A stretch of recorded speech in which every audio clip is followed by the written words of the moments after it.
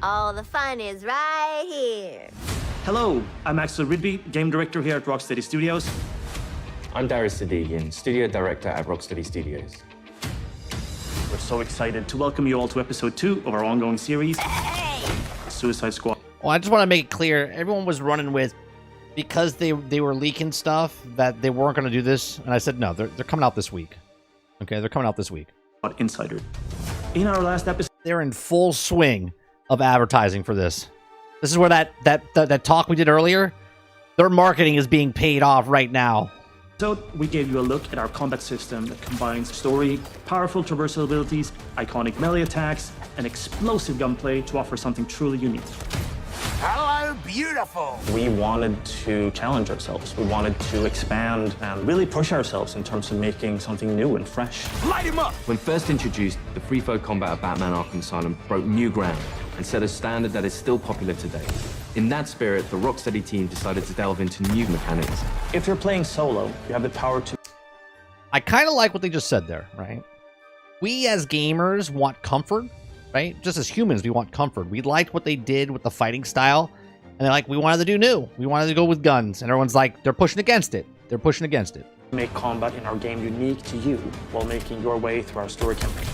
If you decide to play co-op with friends, you can each become an expert with your playstyle and customize builds, creating a powerful squad unlike any other. Each person can offer a different benefit to the play experience. We're super excited to see those sort of team play synergistic effects happen. You want a high five? Up high. In the Suicide Squad, the world, the narrative, all our features evolve through the lens of DC lore. Fans for the DC Universe are going to be really excited for this. Not only are we bringing characters back that we've used in the Arkham series, but we're introducing new ones. You can call me Colonel Rick Flag. We want players to feel like they explored the DC Universe with us, not just through the story, but also through the mechanics. Ah, no lasso? You gotta be kidding me. In this episode, we'll meet some of the iconic DC characters who will be helping our anti-heroes to take on their impossible mission. Awesome. Through conversations with our team, our voice cast, and our playtesters, along with extended gameplay, we'll give you a preview of some of the amazing new possibilities we're excited about with Suicide Squad Kill the Justice League. I think this is perfect what they did with Warner Brothers did with Hogwarts last year, leading up to the release. And I think this is a good, more games, more companies should do what Warner Brothers is doing with Hogwarts and now with this game to kind of build up the hype. Wait, which superheroes did you say you were again? This is Suicide Squad Insider, Episode 2.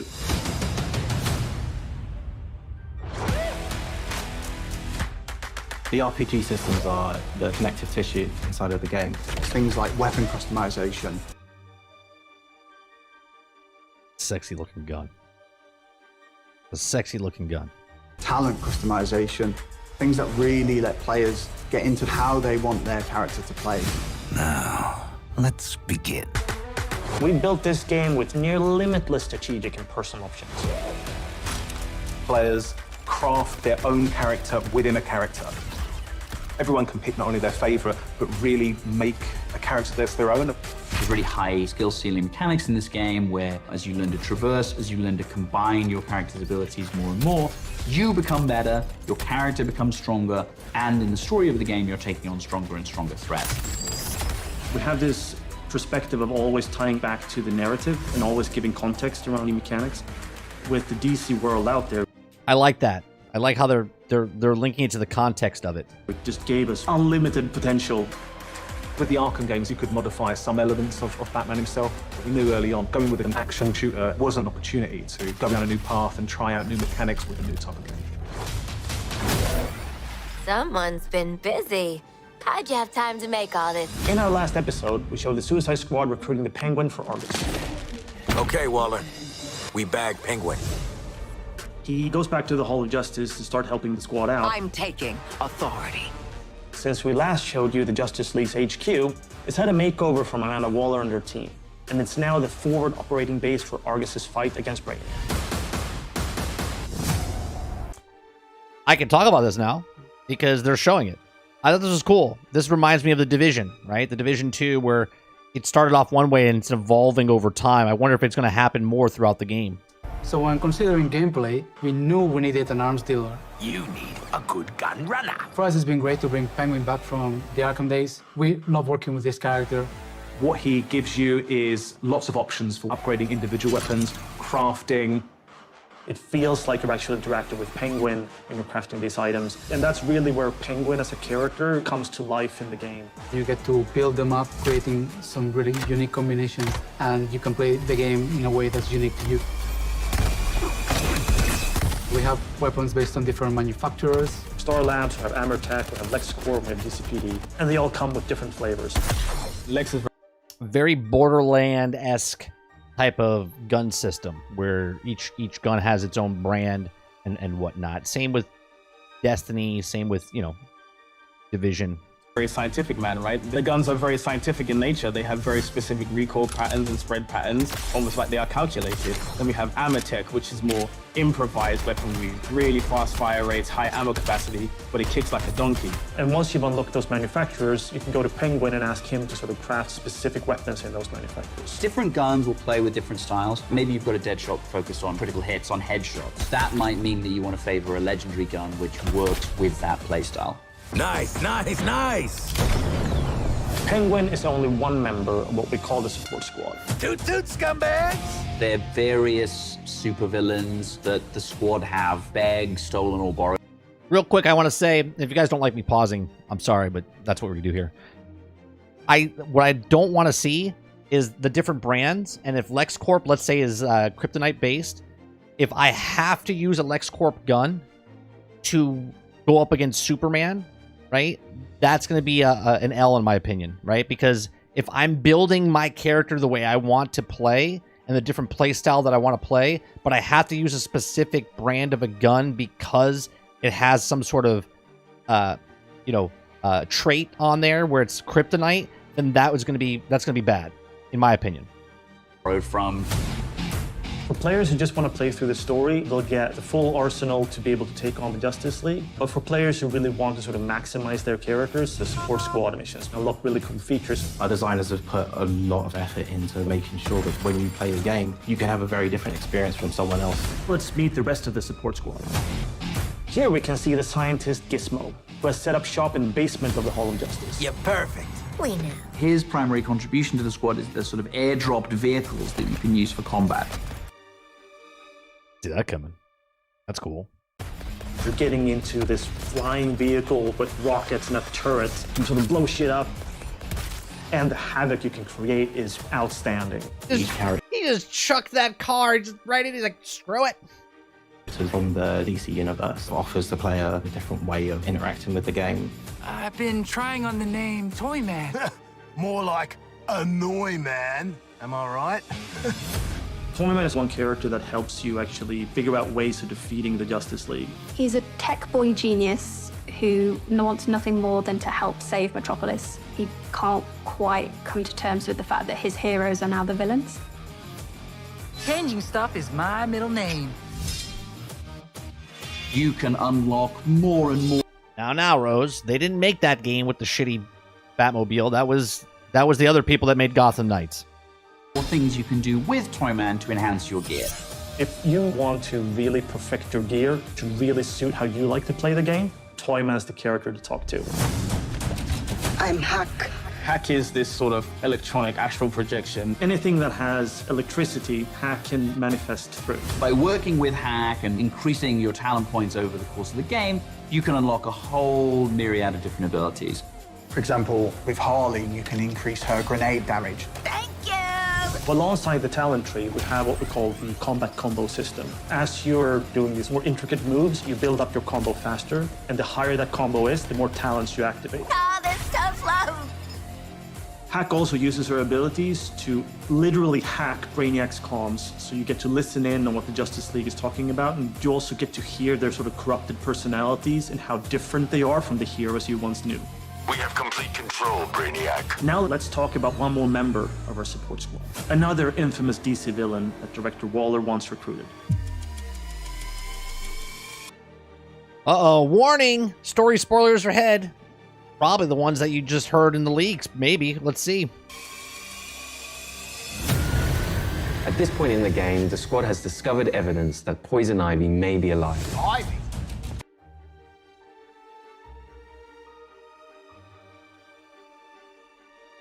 People told me no. They said no. No, she's dead, 30. Poison Ivy's dead. Okay. Poison Ivy? Dead Poison Ivy after Scarecrow gave Gotham a crop dusting. For fans who pay close attention to Arkham Knight, they will remember that when Poison Ivy died, she left behind a little sprout. I got a real strong hunch she ain't pushing up daisies no more. And in this game, you discover that that sproutling has been cared for by some people who may have had their own motivations for doing so. But in the chaos of Metropolis, she's escaped. Find her. Bring her to me for questioning. Using special technology they've acquired, the Suicide Squad is tracking Ivy down. If Ivy's in the city, this tracker will lead you to her. Unless y'all want to end up a poorly plated spring mix, you better put me in charge and let me talk to Ives first. So in playing solo, players can switch between... What is that? What was that? And let me talk to Ives first. Psyched up character Harley Quinn reduces her bruises, boosts your damage, recharging your abilities faster, and gain a lot more XP. Okay. Playing solo, players can switch between any of the characters. You'll get to experience all the different play styles across all of the different missions. And here we go! You know, I'm going to feel really cocky for a second here. God damn, I like being right. It feels so good and freeing, especially when I do it on stream and I say it out loud and then the receipts happen. It's amazing.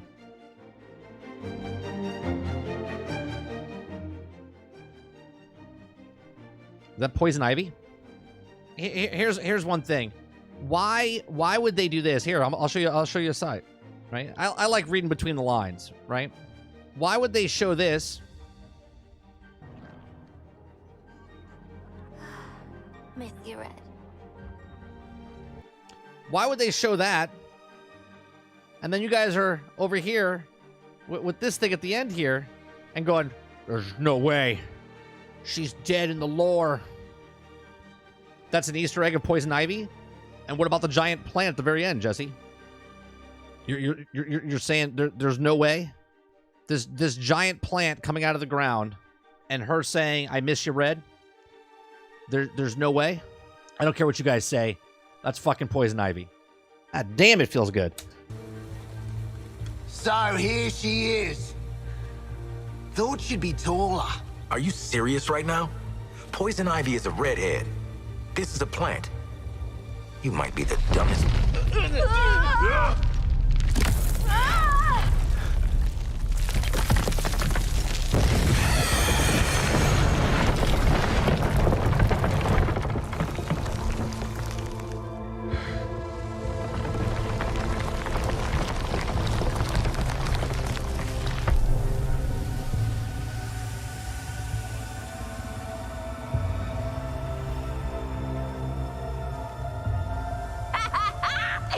Gonna look like crazy looking or something, right? They'll be like, oh my god. There's my girl. She is not made of meat. Is this what you call a vegetarian option? I don't know you, but my pheromones remember you. Strange emotions. Tell me about it. Wasn't expecting you to come in fun size. You really don't know me? Harley and Ivy forever? In 10-story burning letters? Nope. Jeez. LexCorp really did a number on you, huh, Red? He dressed you up in that outfit, too? No. I took it. Yeah, 100% Groot. Water.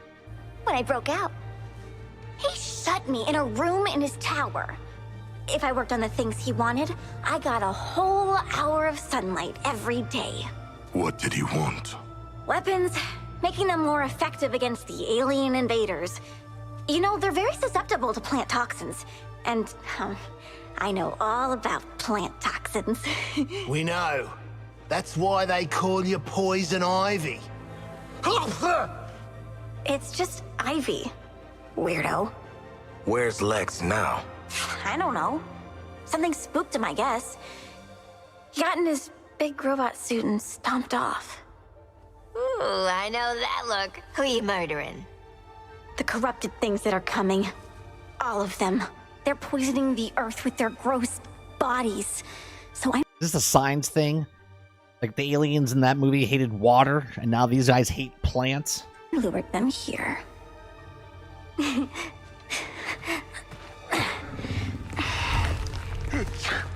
The wrath of nature. I like it. Oh, this is my friend Daphne. We'll make all the aliens choke to death on spores. You make sure Daphne doesn't die, or you're next. I'm getting a Groot meets Tiny Tina kind of vibe right now. Next. Waller, be advised Lex is AWOL in a power suit, and Ivy's an eco-terrorist middle schooler. Dead shot out. How'd we end up hugging a giant plant? I have allergies.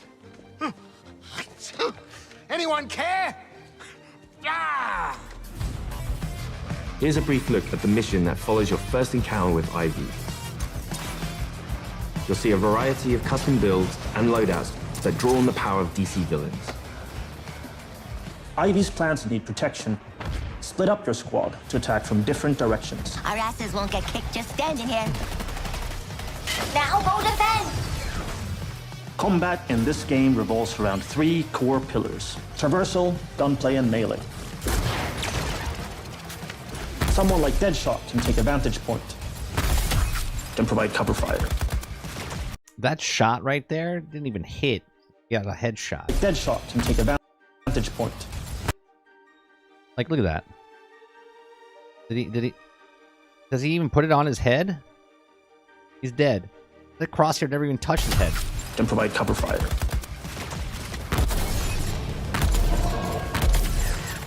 You can... The gunplay does feel good. It does feel good. Find wild ways to upgrade your melee attacks. With the Great Suspender, a single boomerang can launch several enemies off the ground. A job worth doing right. Harley's gun is from the Bane's Rage set. Landing a critical hit spawns a power-up that can infuse other weapons like grenades with Bane's Rage, making them more powerful. Get the invaders off Daphne! Quickly! Those aliens pollute everything! King Shark's loadout here includes Black Mask's Bulletstorm and the Heatwave's Molten Shield to synergize. He has triggered the Bulletstorm effect, which means that he's now immune from damage thanks to the Heatwave's Molten Shield, making this a perfect opportunity to get in close. Savor it. This mission is where we introduce Afflictions, elemental attacks from Ivy's plans that draw on the powers of different DC villains. Use an Affliction to freeze your enemies before you deliver an explosive finale. Task Force X, report. Have you secured Ivy? Yeah, kind of a funny story.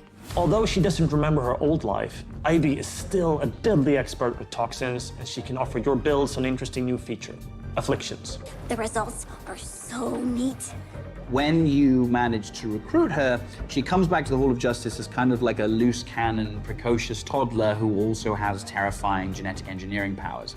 Then we introduce the concept of afflictions.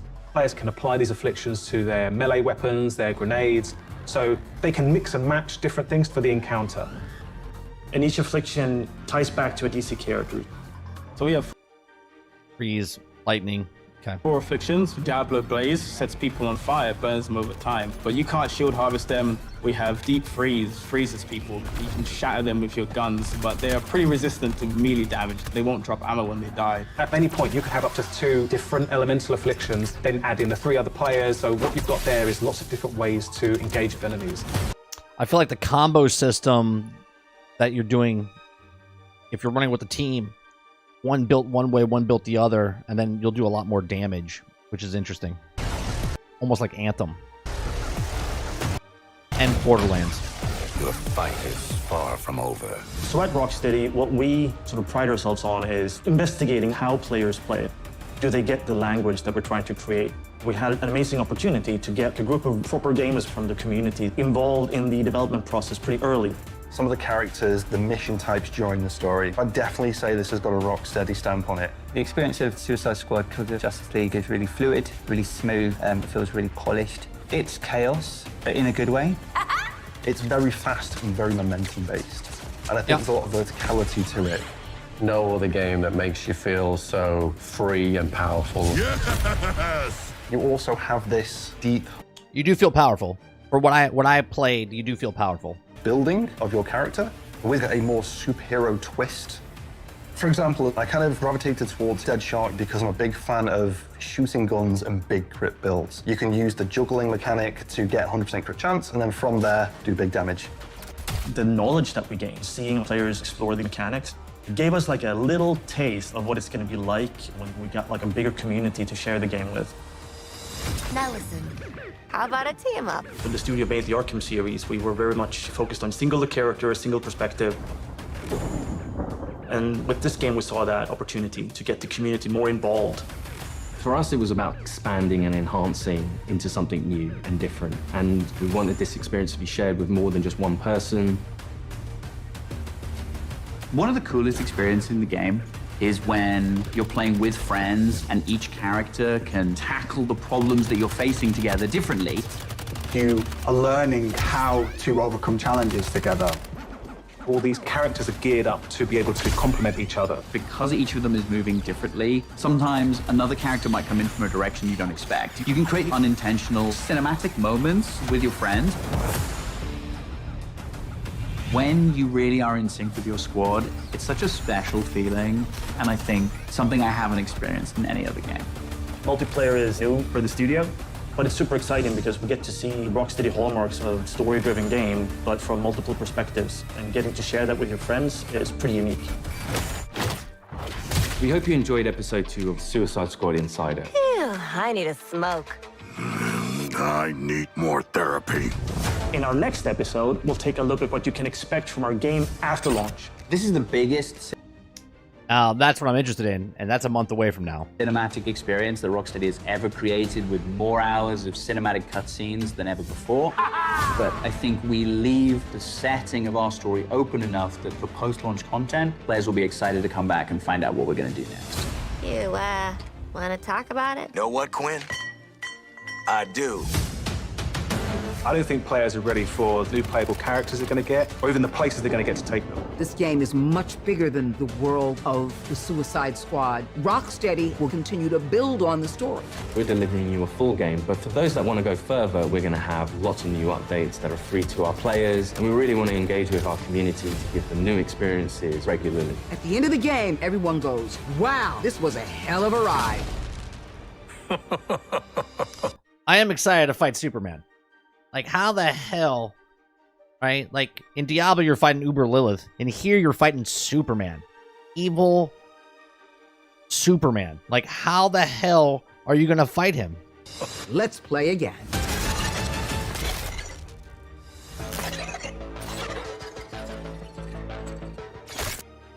We'll let that play in the background as I... Look, I still can't speak of what I played. But they showed a lot of stuff, and more stuff that we didn't get to play. I think it's cool that the map itself is evolving. Like, Poison Ivy has little things going around and taking over and making it more jungle. I knew she was coming back. Now, we talked about it a month ago, okay? We talked about it a month ago that anyone can come back. Anyone can come back in a comic book. It happens in comic books all the time. They die off in a comic and they come back. I said Poison Ivy is coming back. I think I said I guarantee she's coming back. Okay? And I'm pretty sure other characters that died or are not, that weren't in at the end of the Batman Arkham series, that they can come back too, right? It's a comic book, right? I don't know why this is like people talking about, well, in this, she died, and then people die all the time in comic books and they come back. So I'm excited. Joker's dead. Okay. If they after next month when they do the deep dive, okay, all the characters that come in after the fact, this game, regardless if it's good or not, lives or dies based on because they're giving free content. Okay, there has to be so many more characters that you're going to play over the next year, and so many more villains than heroes to use, because heroes to use, you're going to be playing the same campaign over and over, unless once it's over, it's like the Black Tusk happens in like Division 2, right? So like once you're done with the campaign, and again, I'm speculating here. I don't have no idea if this is what's happening. At the end of the game, does it open up and like new villains set up the story, or like you play the campaign, you're done with the campaign, and then all of a sudden, boom, campaign's done, and now another something happens, and then the game continues on with the content, and they give you a new hero. Because if I have to play the same hero or a new hero with the same content I just went through, people are going to get burnt out from that real fast. But if end of the game happens, they bring in a new hero, and then all of a sudden you're using that hero with the new Black Tusk enemies and stuff like that, like in Division 2 after the fact, that would be interesting. I'm more interested in what happens after the fact, but I'm in it for the story. I think the story is going to look great. That's why I'm excited for Rocksteady. I trust in them for the stories. I love the Arkham story. 1, 2, and 3. All the games to me were fantastic. I trust them to make a good story with this. I don't trust anybody to make a live service game to work, because they're giving all the content for free. And me and Hinger talked yesterday, right? Where we, the players, have all the power. You don't like something, you don't buy it. If you like something, you buy it. Well, with games like this, if it doesn't make the money, then they don't want to support it anymore. So it's like, as long as people play the game, they'll put more content out. But if people are not buying the cosmetics or whatever else, then it's going to change. Now, you can see certain things. Obviously, we're going to have cosmetics for our characters. I'm sure there's going to be cosmetics for the guns. I'm sure they put a vehicle in the game so you can customize that as well. So it's one more thing you can purchase to get microtransactions, so you can get some sort of really cool looking car. I'm sure that's all in there. As long as the game is good, it's fun, and I can earn stuff in the game on top of the microtransactions that they're going to sell regardless if we like it or not. That's my biggest issue here, right? As long as they give me a good story, as long as it goes somewhere, and I'm not doing the exact same thing repetitive after the fact of the game. Because if you guys noticed, you're not leveling up the same. It's not like Gotham Knights. So if you're playing the game, you're playing through as Boomerang, you could switch to any character you want, but you got to play the character to level up. So we'll see what happens. It needs to, or it will get stale. Yeah, for sure. It's kind of look like the update is refined maps in Crackdown 3, just done better. It kind of looks like the updated and refined map of Crackdown 3. I like the map, the details, and the Easter eggs that are all over the place. I'm interested in what this is, as far as like with Penguin, with the guns. Again, I hope it's not like what they talked about, the Afflictions with Poison Ivy, and then also with the guns that you make with Penguin.